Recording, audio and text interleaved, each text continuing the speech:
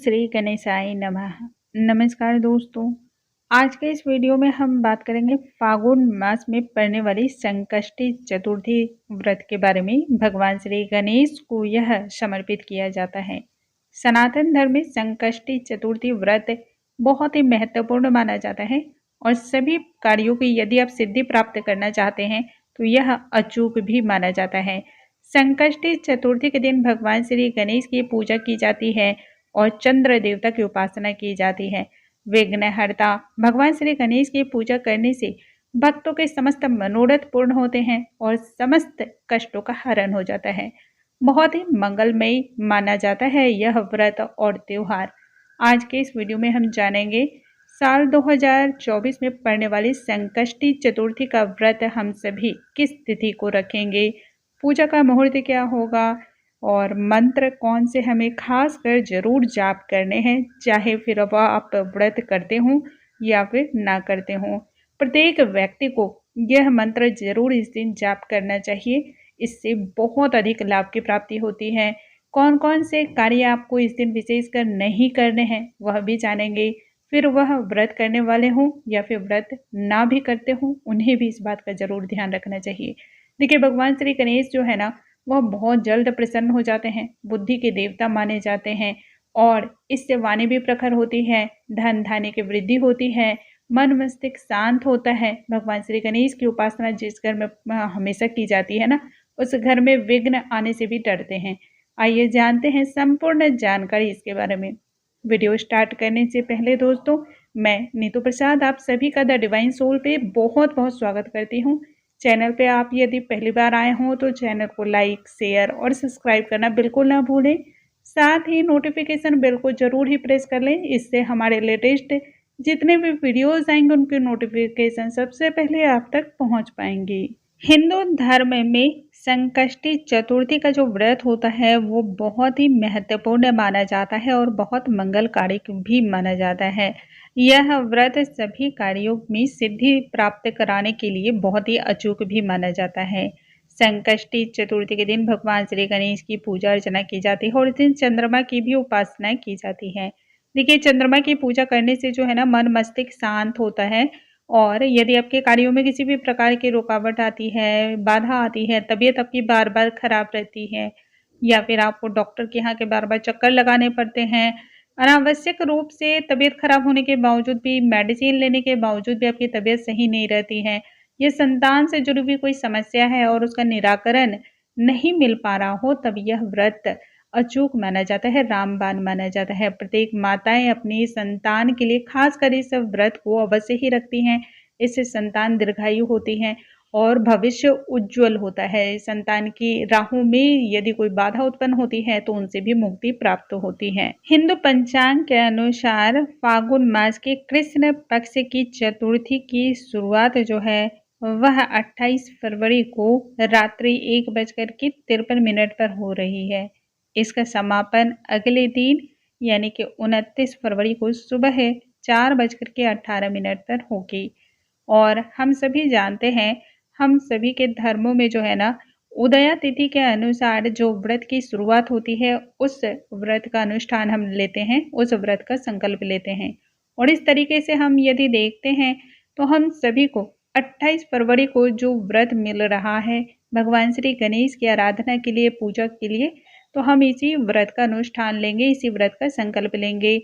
दिन बुधवार होने की वजह से यह और भी ज़्यादा विशेष हो जा रहा है, क्योंकि बुधवार का दिन तो वैसे भी भगवान श्री गणेश को समर्पित किया जाता है, भगवान श्री गणेश का दिन होता है, तो यह बहुत ही शुभ संयोग है, बहुत ज़्यादा उत्तम माना जाता है। अब हम जान लेते हैं संकष्टी चतुर्थी की पूजा का शुभ मुहूर्त क्या होगा। तो देखिए दोस्तों, इस दिन जो है ना, भगवान श्री गणेश की पूजा के लिए 2 शुभ मुहूर्त निकल कर आए हैं। पहला शुभ मुहूर्त सुबह के समय का है जो 6:48 से लेकर के सुबह के 9:41 तक का है। दूसरा मुहूर्त संध्या काल का है, शाम को 4:53 से लेकर के संध्या काल को 6:20 तक का है। तो दोनों ही मुहूर्त बहुत ही शुभ हैं। इन दोनों मुहूर्त में भगवान श्री गणेश की पूजा करना अनंत लाभों को देने वाला होता है। अब हम जान लेते हैं चंद्रोदय का समय क्या होगा, क्योंकि इसमें चंद्रमा की भी पूजा अर्चना की जाती है। और उसके बाद हम यह भी जानेंगे कि पूजा का विधान क्या है, किस प्रकार से पूजा की विधियों को हमें इस दिन करना चाहिए। तो 28 फरवरी को ही चंद्रमा के उदय का जो समय है वह रात्रि 9:42 पर है। इस समय हम चंद्रमा की पूजा करेंगे, चंद्रमा को अर्घ्य देंगे। किस प्रकार से देना है वह भी आगे हम जानेंगे। सबसे पहले अब हम जान लेते हैं संकष्टी चतुर्थी की पूजा की विधि क्या होगी। तो दोस्तों इसके लिए एक दिन पहले से ही आपको व्रत का अनुष्ठान करना है और संकल्प लेना है। इसलिए सभी प्रकार के भोग विलास से जुड़ी हुई चीज़ों का त्याग करना है। तामसिक भोजन को ग्रहण नहीं करना है। शुद्ध सात्विक विचार को मन में रखें, सात्विक भोजन को ग्रहण करें। दिनचर्या भी शुद्ध रखें, किसी भी प्रकार के ऐसी वैसी चीज़ों में भी आप अपने ध्यान को ना लगाएं। भगवान श्री गणेश का ध्यान करें।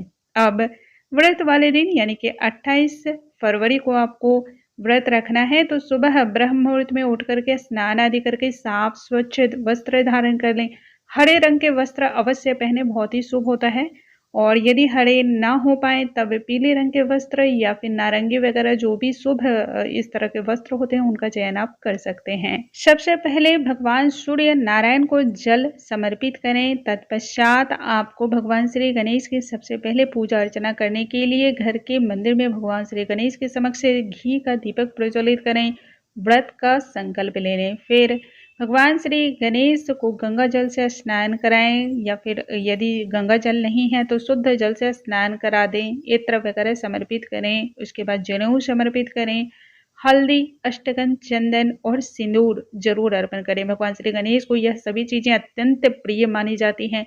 दुर्वा की 21 की गांठें बनाएं और भगवान श्री गणेश को हल्दी डाल करके अच्छी तरह से दुर्वा भी समर्पित करें। इससे भगवान श्री गणेश बहुत जल्द प्रसन्न हो जाते हैं और भक्तों को मनचाहा आशीर्वाद भी देते हैं। अब भोग लगाना है। भोग में तिल के लड्डू बहुत ही शुभ माने जाते हैं, या फिर तिल से बनी हुई जो भी मिठाइयाँ हैं या तिल का भोग अवश्य लगाएं। और यदि सादा तिल लगा रहे हैं तो उसके साथ गुड़ जरूर अर्पण करें। और इसके अलावा आप मोदक चढ़ा सकते हैं, लड्डुओं का भोग लगा सकते हैं। बाकी जो भी आपकी इच्छा है वह आप इच्छा अनुसार भोग लगा सकते हैं, लेकिन तिल का भोग इसमें अवश्य ही लगाया जाता है। जो ऋतु फल हैं, ऋतु फल का भोग लगाएं। खट्टे किसी भी मौसमी फल को आप लेकिन भोग में ना लगाएं, यह जरूर ध्यान रखें।